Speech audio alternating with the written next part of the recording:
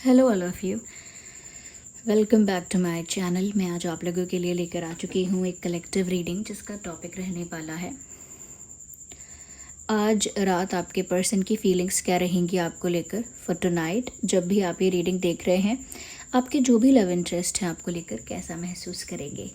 Reading general है, collective है, सभी ज़ोडिएक साइंस के लिए है और हर उम्र के व्यक्ति के लिए है। आप जब भी इस वीडियो को देखेंगे यह तभी आपके साथ रेजोनेट करेगा। ओके, तो व्यूअर्स ओपन माइंडेड होकर सुनिएगा, खुद को ज़बरदस्ती रीडिंग में फिट इन मत कीजिएगा। जितना रेजोनेट होता है उतना ही एक्सेप्ट कीजिए and leave the rest. Okay, चलिए रीडिंग स्टार्ट करते हैं।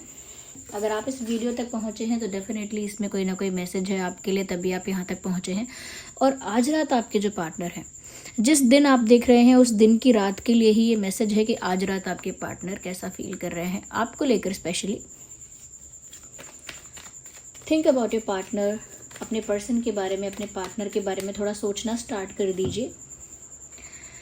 ओके, पॉसिबिलिटीज़ का कार्ड है जिसमें मुझे सनराइज होता हुआ दिख रहा है।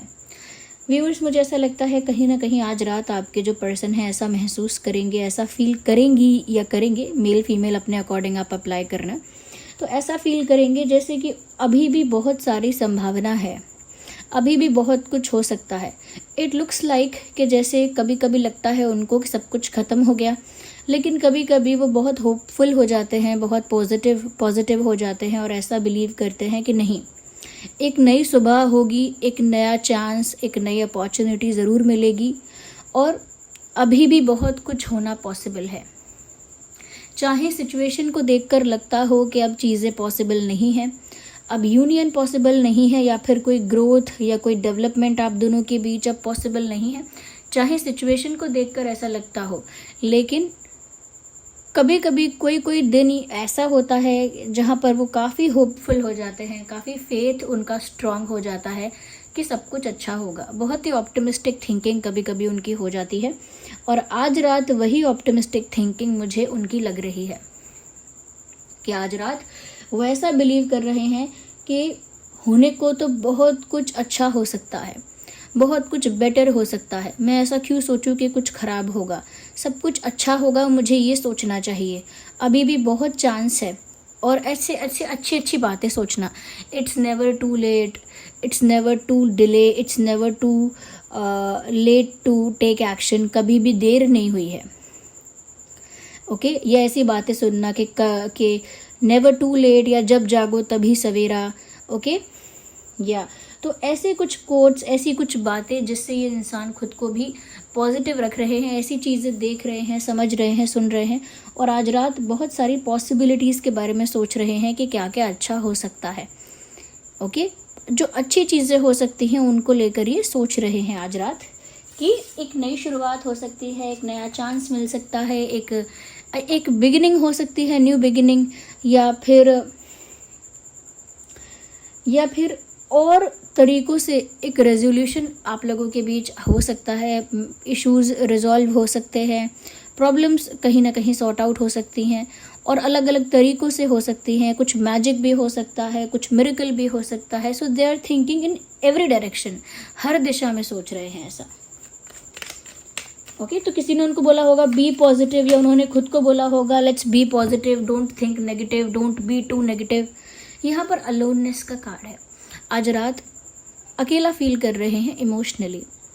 ओके, आज रात उन्हें ऐसा फील हो रहा है कि सच में मैं अकेली हूँ या अकेला हूँ और मेरी लाइफ में मेरे साथ देने के लिए या इमोशनली मुझे सपोर्ट करने के लिए मेरे साथ कोई नहीं है। I am literally alone. मैं तो सच में अकेला पड़ गया, मैं तो सच में अकेली पड़ गई। ओके, तो इस टाइप की उनकी फीलिंग है, जहाँ पर ऐसा नहीं है कि रात में किसी के घर में या किसी के पास कोई क्राउड इकट्ठा होता है जिससे उसको लगे कि हाँ मेरे साथ बहुत लोग हैं। No, it is not like that.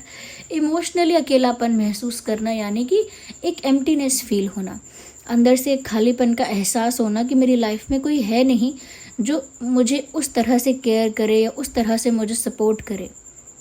Okay, तो ऑफकोर्स पेरेंट्स हमेशा अवेलेबल होते हैं अपने बच्चों के लिए, या फैमिली हमेशा अवेलेबल होती है, बट समटाइम्स आप उनसे शेयर नहीं कर सकते या एक्सप्रेस नहीं कर सकते कि आप क्या फील कर रहे हो। तो तो रात को काफ़ी ज़्यादा ऐसा लग भी रहा है यहाँ डार्कनेस है, अंधेरा है और ये इंसान काफ़ी अकेला फील कर रहे हैं। खुद को ही मोटिवेट कर रहे हैं, खुद को ही समझा रहे हैं, be positive, be optimistic, stay motivated, खुद को ही मोटिवेट कर रहे हैं, इनकरेज कर रहे हैं और खुद ही अंदर से इमोशनली वीक और एम्प्टी भी फील कर रहे हैं। ओके, या लेट्स सी मोर, और देखते हैं।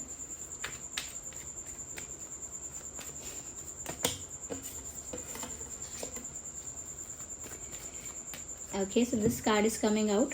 देखिए स्ट्रेस का कार्ड आया है, if you can see that clearly, can you, stress का कार्ड आया है।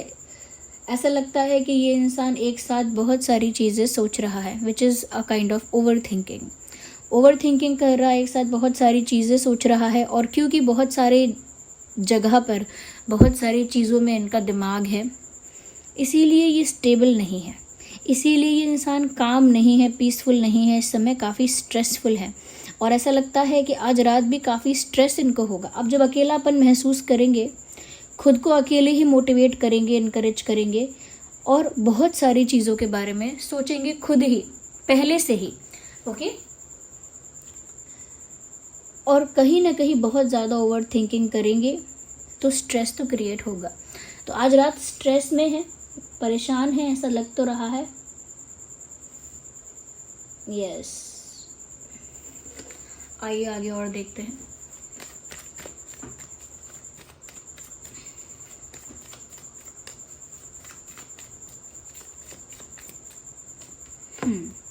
देखिए रिबेल का कार्ड है यहाँ पे। ऐसा लगता है आज रात आपके पर्सन ऐसा भी महसूस कर रहे हैं कि अब उन्हें हर बंधन, हर रिस्ट्रिक्शन, हर लिमिटेशन तोड़नी होगी। यानी हर रिस्ट्रिक्शन को तोड़ना होगा, हर बंधन को तोड़ना होगा जो उन्हें रोकता है। There must be some things जो उनको रोकती हैं। कुछ ऐसी चीज़ें होंगी इनकी लाइफ में जो इनको बहुत रोकती हैं, इनके ऊपर रिस्ट्रिक्शन क्रिएट करती हैं, या इनके ऊपर किसी तरह का प्रेशर या कंट्रोल क्रिएट करती हैं, या फिर किसी तरह से बांधने की कोशिश करते हैं। वो फैमिली हो सकता है, कोई सिचुएशंस ऐसी हो सकती हैं, कोई और सिनेरियोज ऐसे हो सकते हैं जो बहुत ज़्यादा इनके ऊपर रिस्ट्रिक्शन लगाते हैं या रिस्ट्रिक्शन क्रिएट करते हैं, ये रिस्ट्रिक्ट करते हैं। बहुत सारी चीज़ों के लिए कंट्रोल होता है, प्रेशर क्रिएट किया जाता है। आई थिंक अब ये ऐसा सोच रहे हैं आज रात कि अब बस बहुत हो गया, अगर मेरे ऊपर कोई कंट्रोल, कोई प्रेशर या कोई रिस्ट्रिक्शन अगर हुआ भी तो मैं उसे तोड़ दूंगा या तोड़ दूंगी। I am not going to tolerate anything like that. अब मैं ऐसी कोई रिस्ट्रिक्शन, ऐसी कोई पाबंदी सहन नहीं करूंगा या नहीं करूंगी। तो अगर पेरेंट्स इनको रिस्ट्रिक्ट कर रहे थे या इनकी कोई सिचुएशन इनको रिस्ट्रिक्ट कर रही थी, तो अभी उसको तोड़कर यानी कि रिबेल की तरह उसके बाहर आएंगे। Nobody will be able to trap this person. कोई और अब इस इंसान को बांध नहीं पाएगा। They will do whatever they feel like. क्योंकि आज रात इतना स्ट्रेस ले रहे हैं, तो इतना स्ट्रेस लेने के बाद इंसान इसी कंक्लूजन पर पहुंचेगा। वैसे भी इट्स इनएविटेबल कि इंसान वैसे भी इसी निष्कर्ष पर पहुंच जाएगा कि ठीक है, अब बहुत सहन कर लिया, बहुत टॉलरेट कर लिया या बहुत कॉम्प्लिकेशंस में फंस गए, अब जो मन करता है वही करेंगे और सारे बंधनों को, सारे रिस्ट्रिक्शंस को, सारी पाबंदियों को तोड़ देंगे और जो अच्छा लगता है वो करेंगे। तो कहीं ना कहीं मुझे लगता है कि ये उस ट्रैक पर आ रहे हैं और आज रात ये इस बारे में सोच रहे हैं क्योंकि इनफ स्ट्रेस ले लिया है उन्होंने।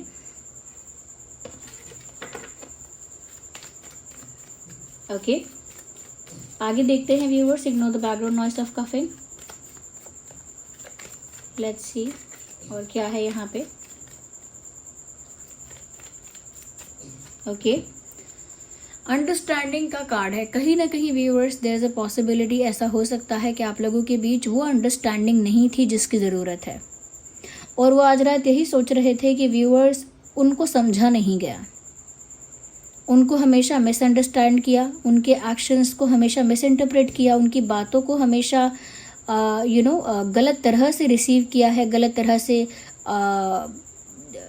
कह सकते हैं परसीव किया है उनके सिचुएशंस को गलत तरह से। तो वो ऐसा भी आज रात सोच रहे हैं या सोच सकते हैं कि मुझे मेरा पार्टनर भी समझ नहीं रहा था या समझ नहीं पा रहा था, मेरी सिचुएशन को, मेरी विडंबना को, मेरी कॉम्प्लिकेशंस को उन्होंने भी समझने की कोशिश नहीं की। ये आपके बारे में सोच रहे हैं वो आज रात, कि अगर थोड़ी सी भी अंडरस्टैंडिंग होती तो शायद मैं इतना अकेला या इतनी अकेली फील नहीं करती या नहीं करता। तो कहीं ना कहीं वो ये चीज़ तो फील कर रहे हैं कि इस रिश्ते में दोनों तरफ से या किसी एक तरफ से अंडरस्टैंडिंग की बहुत कमी थी।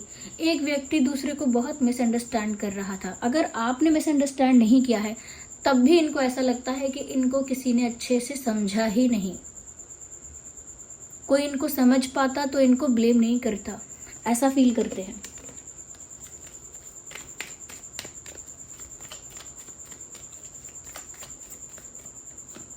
सो वन मोर कार्ड, देखिए बर्डन तो यहाँ दिख रहा है। There is someone on this person, on the back of this person. कोई इनको ऑर्डर कर रहा है, ऐसा करो, वहाँ चलो, ये करो, और ये इनके पीठ पर ही सवार है। इसका मतलब कंट्रोल तो है। किसी डोमिनेटिंग पर्सनालिटी का इनकी लाइफ में कंट्रोल हो सकता है। कोई मदर फिगर हो सकते हैं, एल्डर सिस्टर, एल्डर ब्रदर, कोई ऐसा फ्रेंड जो काफ़ी टॉक्सिक है। अगर ऐसा नहीं तो कोई और भी हो सकता है, there could be someone else, but कोई है जो इनको कंट्रोल कर रहा है और वो कंट्रोल अब इनके लिए जी का जंजाल बन गया है, यानी कि बर्डन बन गया है। ओके, किसी की बात सुनते हैं या मानते हैं, दैट्स अ डिफरेंट थिंग। लेकिन अगर कोई बार बार कंट्रोल करता है, कुछ करने के लिए प्रेशराइज करता है, या फिर हमेशा इंटरफेयर करता है, हमेशा डोमिनेट करता है, ऐसे इंसान को बहुत लंबे समय तक झेला नहीं जा सकता। It is next to impossible. तो अब वही इंसान इनको बर्डन जैसा लग रहा है अपनी लाइफ में। इनको लग रहा है कि इनकी लाइफ में ये एक बर्डन है और ये इस बर्डन को और ज़्यादा कैरी नहीं कर सकते।